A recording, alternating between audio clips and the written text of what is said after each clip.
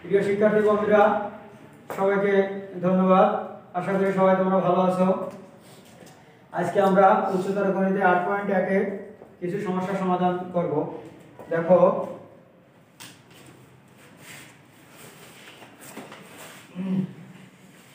আমরা একটা অঙ্ক শিখব। এই সূত্রটা আমরা দেখো, আমরা জানি s সমান r থিটা, তাই না? s টা কি? দূরত্ব। r হলো ব্যাসার্ধ, থিটা হলো কোণ। এই কোণটা অবশ্যই কিন্তু রেডিয়ানে করতে হবে, ডিগ্রিতে থাকা যাবে না, রাখা যাবে না। অনেক সময় যদি দেওয়া থাকে কোণের মান 2 ডিগ্রি, তাহলে সেটাকে কি করে নিতে হবে? রেডিয়ান করে নিতে হবে। ঠিক আছে? তাহলে s টা হলো দূরত্ব, r টা হলো ব্যাসার্ধ, থিটা হলো অ্যাঙ্গেল বা কোণ। তো আমরা একটা সমস্যার সমাধান করি। দেখো, পৃথিবীর ব্যাসার্ধ 6440 কিলোমিটার। ঢাকা ও জামালপুরের পৃথিবীর কেন্দ্রে 2 ডিগ্রি কোণ উৎপন্ন করে। ঢাকা ও জামালপুরের দূরত্ব নির্ণয় করো। ঠিক আছে? তাহলে আমরা যে তথ্যগুলো পাচ্ছি সেগুলো আগে লিখি। দেখো সবাই, পৃথিবীর ব্যাসার্ধ r সমান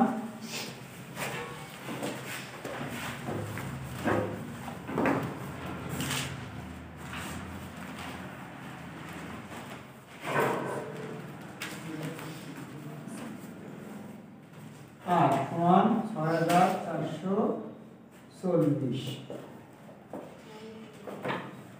কিলোমিটার। আর কি পাচ্ছি? কোণ থিটা সমান 2 ডিগ্রি।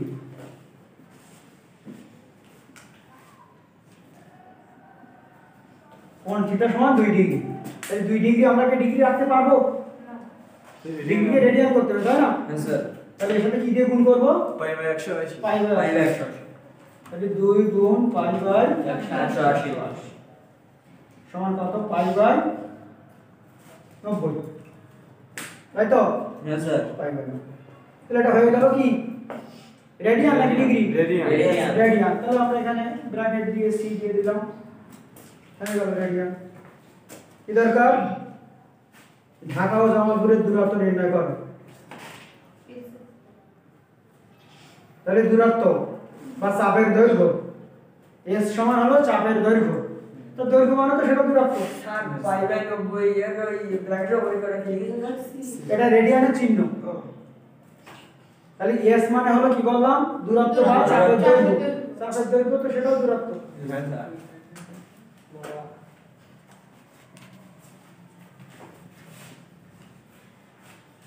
s সমান 8। তার মানে কি s টা কত সেটা বের করতে হবে, তাই তো? তাহলে আমরা আগে যে সূত্র লিখছিলাম, আমরা জানি s r থিটা। এখানে আমরা এটা বসা দেব। তাহলে r এর ভ্যালু কত পেয়েছি? এটা 6440 গুণ থিটা পেয়েছি কত? Pi by 90। Pi by 90।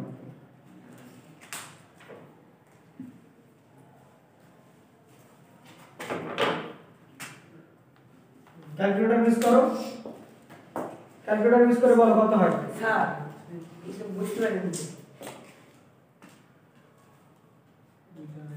224.8 kilometre. Sir আর একটু বুঝি দেন। তো বলতে মান করতে কি বলবি? তাহলে আমাদের সূত্র কি? s সমান r থিটা। আর এর ভ্যালু কত? ব্যাসার্ধ পেয়েছি কত? 6440। তাহলে আর এর জায়গায় কত বসবে?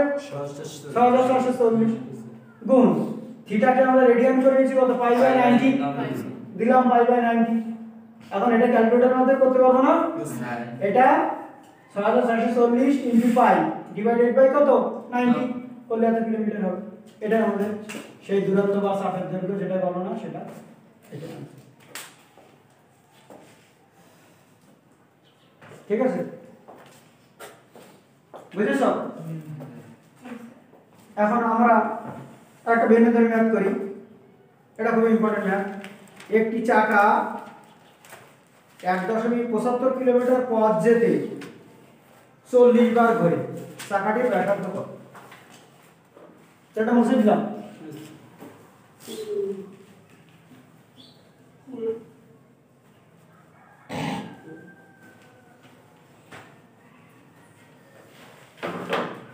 তাহলে আমরা কি করতে পারছি দেখো, একটি চাকায় 1.75 কিলোমিটার, তাহলে এটা কি দূরত্ব। তাহলে দেখো দূরত্ব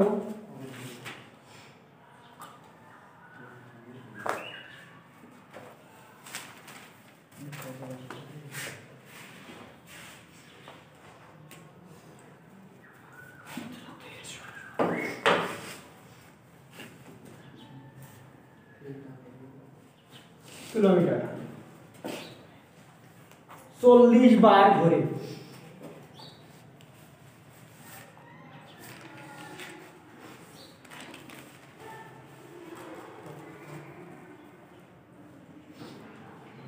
আরো সুন্দর হবে যদি এটা লিখি। স্যার আগেরটা কত দাম পাচ্ছিল? 2000 স্যার। পাঁচ সংখ্যা, তাহলে আমরা যদি লিখি দূরত্ব এত কিলোমিটার, তাই না?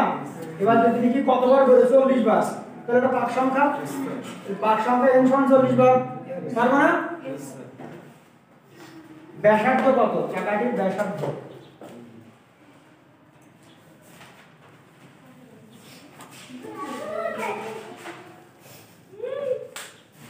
ব্যাসার্ধ কত বের করতে হবে।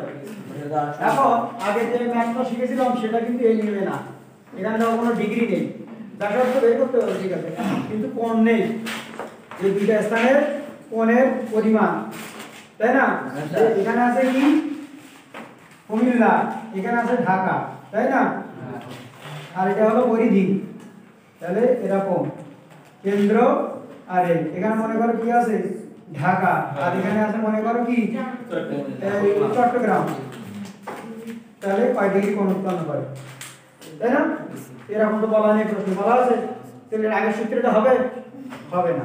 এরকম কোণের কথা যেখানে বলবে সেখানে ওই সূত্র ব্যবহার করো। তাহলে এখানে আমরা কি পাচ্ছি বলো, দূরত্ব পাচ্ছি, পাক সংখ্যা পাচ্ছি, আর ব্যাসার্ধ পাচ্ছি। তাহলে এই তিনটি নিয়ে কি সূত্র হয় সেটা আমরা জানি। তাহলে দেখো আমরা জানি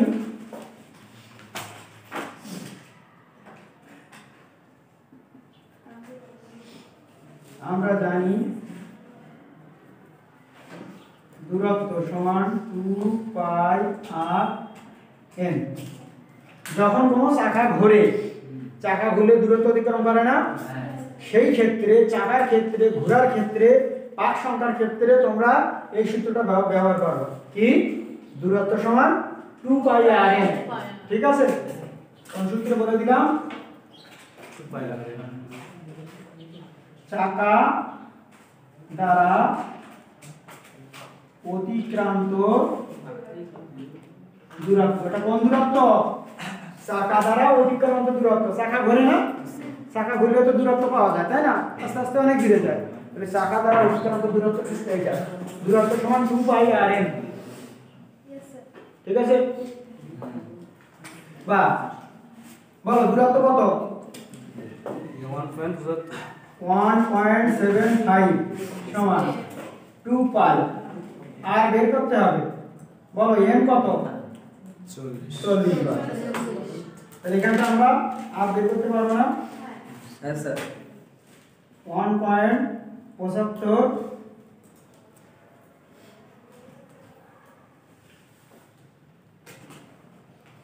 80 পাই।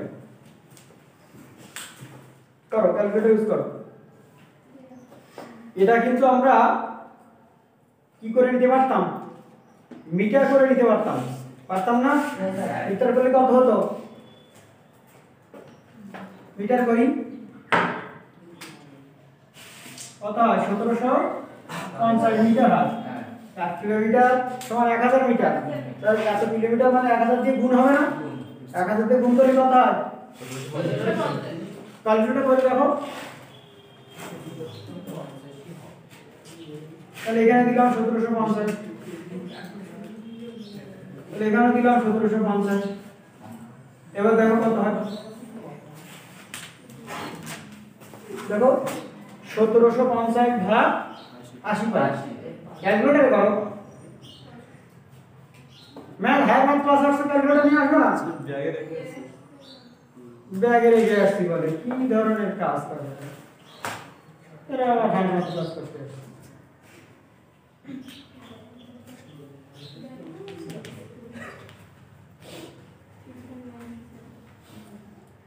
आंसर यही भाई उत्तर कर तो दिले तो ये हम आपको लिखता है कैलकुलेटर साइड कर दो दिस इज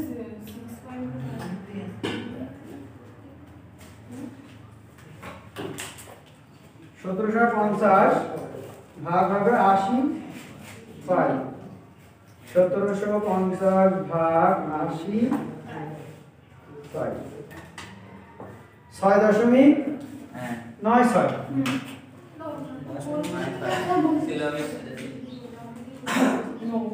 এত মিটার আর যদি এটা আমরা কিলোমিটার রাখতাম তাহলে এখানে লিখতাম কি हां वो এখন आगे মিটার। 10 ছিল ওই ভাই ভাগ করে এখন দেখো এখানে পাই আছে না যেখানে পাই থাকবে সেখানে অবশ্যই প্রায় লিখবা তাহলে এক মাস কাটা যাবে পাইয়ের অঙ্ক রুটের অঙ্ক যদি आंसर আসে তাহলে অবশ্যই ব্র্যাকেটে কি লিখবা প্রায় তাহলে এত মিটার এখানে লিখে দেবা প্রায় স্যার ঠিক আছে